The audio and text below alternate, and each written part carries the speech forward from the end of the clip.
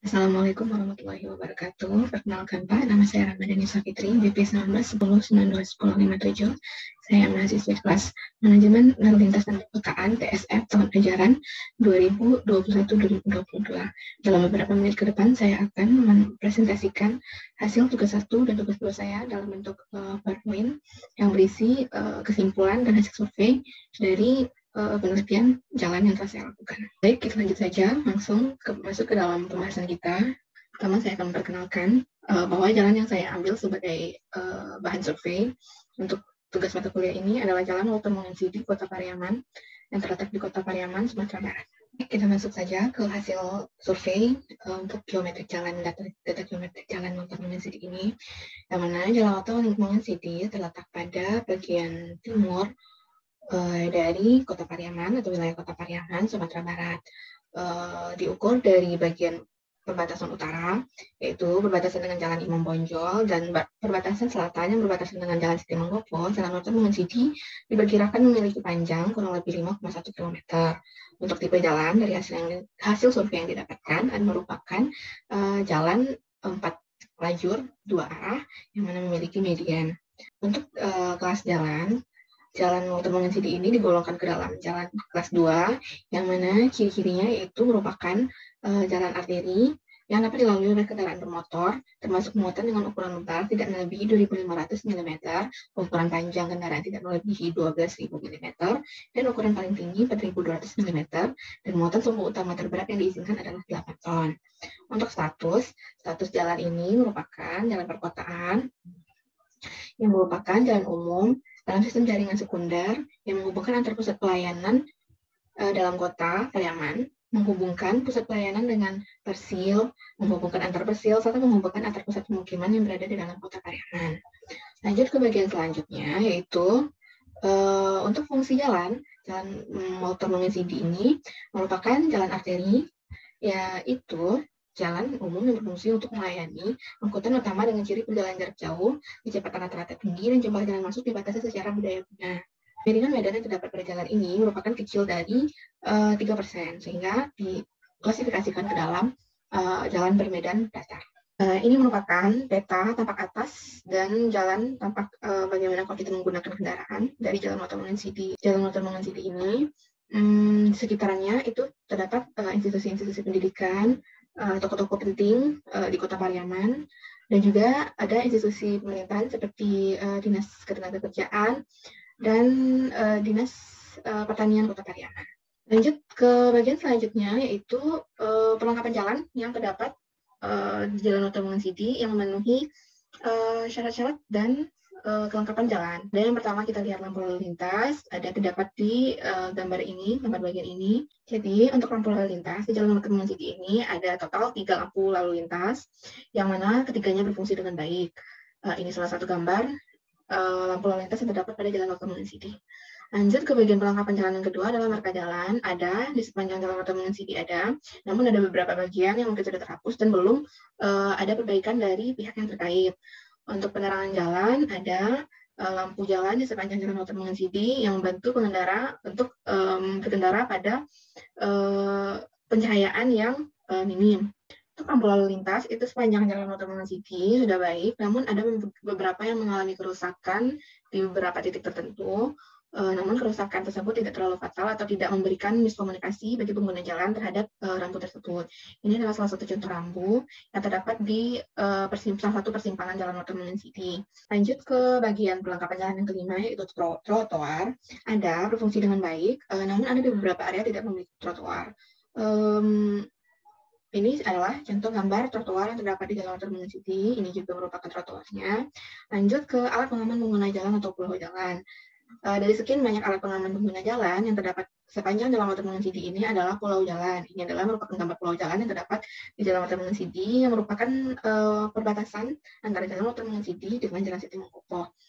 Lanjut, dan terakhir, fasilitas bersepeda dan penyandang disabilitas itu ada berfungsi dengan baik. Ini adalah gambarnya, yang mana bagian ini merupakan bagian khusus untuk yang bisa digunakan oleh pesepeda ataupun penyandang disabilitas yang tidak bisa menggunakan fasilitas trotoar. Untuk hasil survei dari penelitian yang telah dilakukan oleh penulis pada Jalan Walter Mongensi di Kota Pariaman ini. Jalan ini diklasifikasikan untuk tingkat pelayanannya diklasifikasikan ke dalam kelas B, yang mana nilai NPK untuk tingkat pelayanan kelas B ini berada pada rentang 0,2 sampai 0,44, yang mana karakteristiknya jalanan ini alirannya stabil atau bergerak stabil, namun untuk operasi kecepatannya itu mulai dibatasi sesuai dengan keadaan jalan tersebut. Untuk nilai tingkat pelayanan yang perlu didapatkan dari hasil survei yaitu 0,4, sehingga seperti yang dikatakan tadi, jalan ini diklasifikasikan kepada tingkat pelayanannya kepada klasifikasi LOS B. Berikut adalah beberapa permasalahan lalu lintas yang terdapat atau yang teridentifikasi oleh penulis pada Jalan Walter Mongensi ini. Ada 3 permasalahan. Masuk yang ke pertama, yaitu dapat dilihat seperti gambar, terdapat lubang-lubang atau potholes pada Jalan Walter Mongensi, tidak pada seluruh bagian jalan, tapi pada sebagian kecil, yang mana kerusakan jalannya ini diklasifikasikan ke dalam level L atau low severity level, yang mana dari 19 kerusakan jalan itu diidentifikasi hanya 1 kerusakan yang terdapat sepanjang jalan ini, yaitu adanya potholes, yang ada di beberapa titik atau di beberapa area yang cukup mengganggu apabila pengendara yang lewat sini merupakan pengendara baru yang tidak mengetahui area-area di mana terdapat lubang pada sepanjang jalan ini. Lanjut ke permasalahan kedua, seperti gambar kedua ini dapat kita lihat adanya perbedaan elevasi antara bagian jalan ini dengan bagian jalan di setelahnya, yang mana perbedaan elevasi jalan ini disebabkan oleh ketidakmerataan perbaikan jalan. Jadi jalan yang bagian ini telah diperbaiki terlebih dahulu, namun jalan di depannya atau arah ke atasnya itu belum diperbaiki, sehingga terjadi perbedaan elevasi pada jalur ini. Lanjut ke gambar ketiga, yaitu adanya potensi kecelakaan pada jalan berlubang tadi juga bisa, dan juga pada jalan, apalagi pada jalan yang berelevasi, yang memiliki perbedaan elevasi ini, yang mana sebenarnya belum ada kasus kecelakaan, namun diperkirakan memiliki potensi, apalagi bagi kendaraan-kendaraan yang berkecepatan tinggi yang melewati bagian jalan yang memiliki perbedaan elevasi ini. Menilik dari 3 permasalahan di atas, saya sebagai penulis atau surveyor itu memikirkan beberapa solusi untuk mengatasi permasalahan-permasalahan yang terjadi, untuk meningkatkan keamanan, meningkatkan kenyamanan dari pengendara, serta meningkatkan keselamatan. Untuk kasus jalan yang mengalami kerusakan, seperti jalan yang tadi berlubang, dan juga yang memiliki perbedaan elevasi tadi, kita sebagai warga yang menggunakan jalan tersebut dapat melakukan pengaduan permasalahan jalan, yang mana permasalahan-permasalahan yang diterima itu merupakan apakah itu jalan berlubang, apakah ada yang bagian jalan yang rusak, atau jembatan yang rusak, atau permasalahan listrik seperti permasalahan listrik dan kabel, ataupun lampu jalan yang rusak, itu kita bisa laporkan atau kita adukan kepada Pemprov sekitar, yang mana di sini ada berarti Pemprov Sumatera Barat. Berarti kita dapat melakukan pengaduan kepada Bina Marga, yang mana dengan melakukan syarat-syarat seperti yang telah ditentukan. Selanjutnya, untuk kasus pengaduan jalan yang rusak ini kepada Bina Marga tentu memakan waktu yang cukup lama, sehingga sehingga alternatif untuk mengatasi masalah di atas dapat kita berikan rambu peringatan pada jalan-jalan, khususnya kepada jalan yang terdapat perbedaan elevasi yang seperti dijelaskan tadi.